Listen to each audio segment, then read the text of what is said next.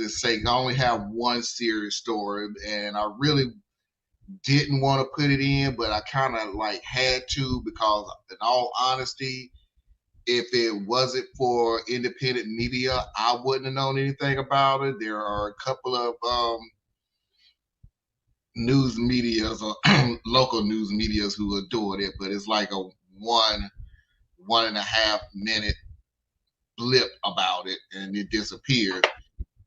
But this is important because I find it important because what I'm about to show you, well, let me show you and then I'm going to give you some backup because I learned a little bit more about this. I wanted to be prepared. So I'm going to show it. Target is pulling merchandise, LGBTQ merchandise from the stores. Target is pulling some LGBTQ merchandise following some confrontations between customers and workers. Eyewitness News reporter Mark Coteropolis is live in Pasadena with the latest on this. Mark. Yeah, Rachel, Leslie, good morning. And Target saying that this all comes down to employee safety after some employees say that they have been threatened and targeted by this Pride merchandise in the stores. And so Target now moving forward by removing some of the Pride items that have caused the most confrontational behavior. Target has been offering these Pride products for more than a decade, but when this year's collection rolled out, Target saying its employees experienced threats impacting their sense of safety and well-being while at work. Target has not said specifically which items are being removed, but among the items that received the most attention have been the tuck-friendly women's swimsuits.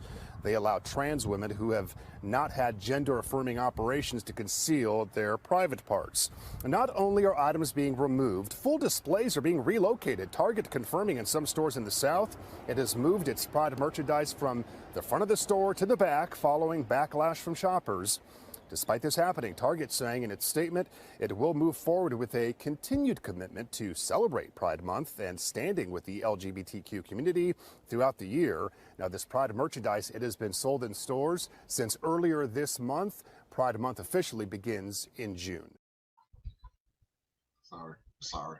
I was trying to get back in my seat before it stopped. But anyway, the reason I found this story very important, already on its face is important, is that the white supremacy, the bigots, the whatever you want to call them this week or today or tomorrow, started off as the guise of a boycott.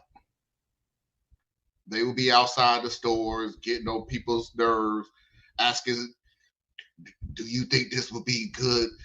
Do you think this will please God? Do you think this is okay to see? And, the little set of questions.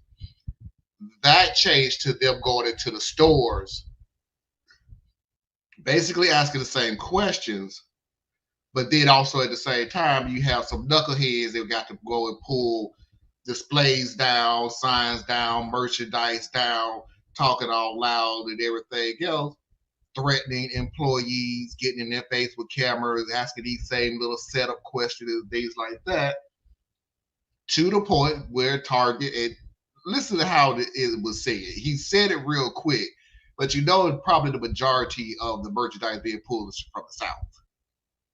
Because, the South is very well known for diversity and unity. You mean the Bible Belt? Yeah, sure.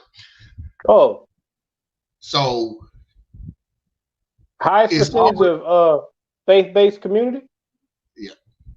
So you see open-minded. We don't have no racism down here. You're gonna stop now.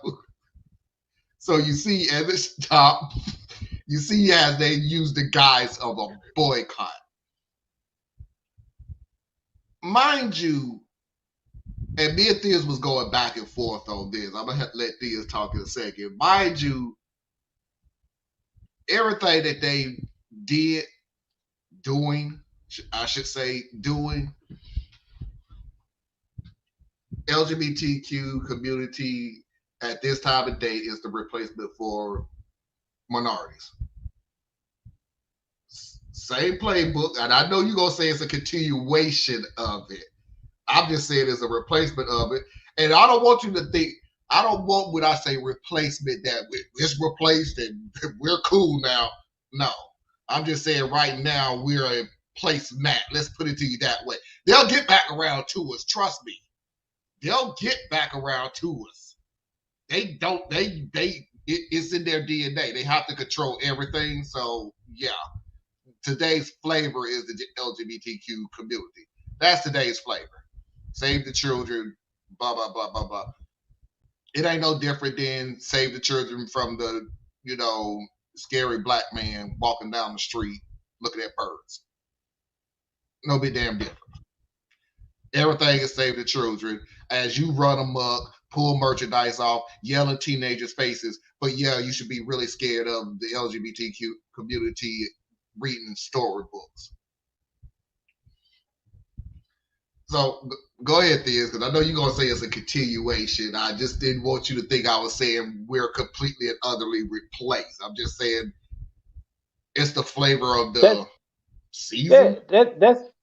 That's my thing right there, because look, one thing, like I told a very dear relative of mine, I will never place another community above my own as far as their suffering and all those things. Because we still get the shit end of the stick, dog.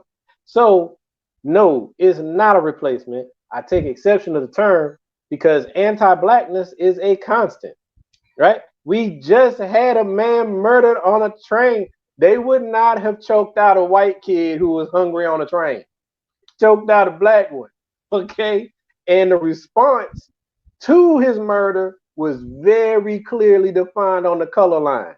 So, anti-blackness is always there. But anyway, that's not to take away from this situation. So with this situation, these are the same people, okay? The bigotry, the hate, the intolerance, right? I heard someone put it as like the trans community is the proverbial canary in the coal mine. If y'all not familiar with the expression of the canary in the coal mine, back in the day when people used to have to dig, coal by hand, like getting no machines, they're down there, right? Bad air, it'll kill you, sulfur gets released, all of that, right? So what they used to do is they used to take a canary in a cage and they would hang it in the area where the workers are working. Because if the air became toxic, it would kill the bird before it would become that dangerous to the people. So once you see the bird die, get out, right? Canary in the coal mine. So the trans community about that big. But these people who are attacking them, they always go after vulnerable and undefended targets. So the trans community is who's currently their canary. Okay? And if people aren't paying attention to what happens to the canary, then the rest of us will get sick and die too. So that's why I say it's not a replacement, it's a continuation, right? They've been killing us since Trayvon. I mean, they've been doing it for longer than that. But it became like okay to play on the news and just, oh my, this is terrible. Let's march for a second and then go back to what's on TV. And we just keep doing that to the point that now people are desensitized to the point where they can see a black person get killed on TV and they don't think nothing about it. Okay. Then you got, I think I said when we were chatting about this, Marlon, like, first of all, when they were going after Latinos, right? Because they've been doing that for some years about the southern border, right? They use that as this boogeyman. Ooh, caravans. Ooh, immigrants. Ooh. And I said back then, I said, they're messing with them right now. Right now, they're messing with the Latinos. Black folks, we next. We on next. But folks didn't want to hear that when people like me were saying that. They always want to look at shit one off. We are so Negropean, it's ridiculous. But we sitting there looking at what's happening to our cousins over here, and we like, some of us joined on. Man, I don't want them here to take our jobs. Blah, blah, blah, blah. It's another discussion to have. It's an important discussion to have. It needs some fleshing out. But that was it, right? The Latinos are all by themselves. you ain't see a whole. I mean, there's individuals, right, who always show up. So like, this isn't a carte blanche, all black people, all white people, all ain't none of that. So kill that. But when you look at masses of mobilized people, when nobody coming to help the Latinos except Latino.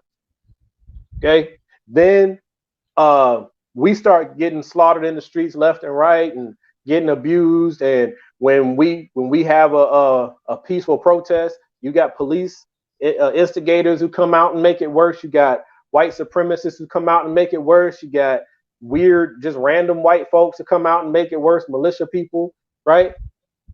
How do they respond to us? Water cannons, gas cannons, tanks, all of that. So what I'm saying here, folks, is what's happening with Target, that big of an issue, okay? What they're trying to do is they're trying to get Target to respond in such a way they can have a new crusade. That's what they're trying to do. So these are the exact same people who have been attacking your school boards. These are the exact same people who are making sure books get banned. These are the exact same people who don't want history being taught. These are the exact same people saying that a teacher who is queer can't tell anybody in their class that they're queer, right? Don't say gay, Bill, Florida. There you go, right? Same people. So it's just a continuation. And then when people are like getting, some people I've seen, like, because you brought this to my attention, people sitting there talking, tripping out about, you know, I'm going to boycott Target because Target's not standing up for the LGBTQ. Shut your dumb, silly ass up. What you think Target's supposed to do? Right? What they supposed to do? They supposed to be your hero now? They're supposed to take it on the chin?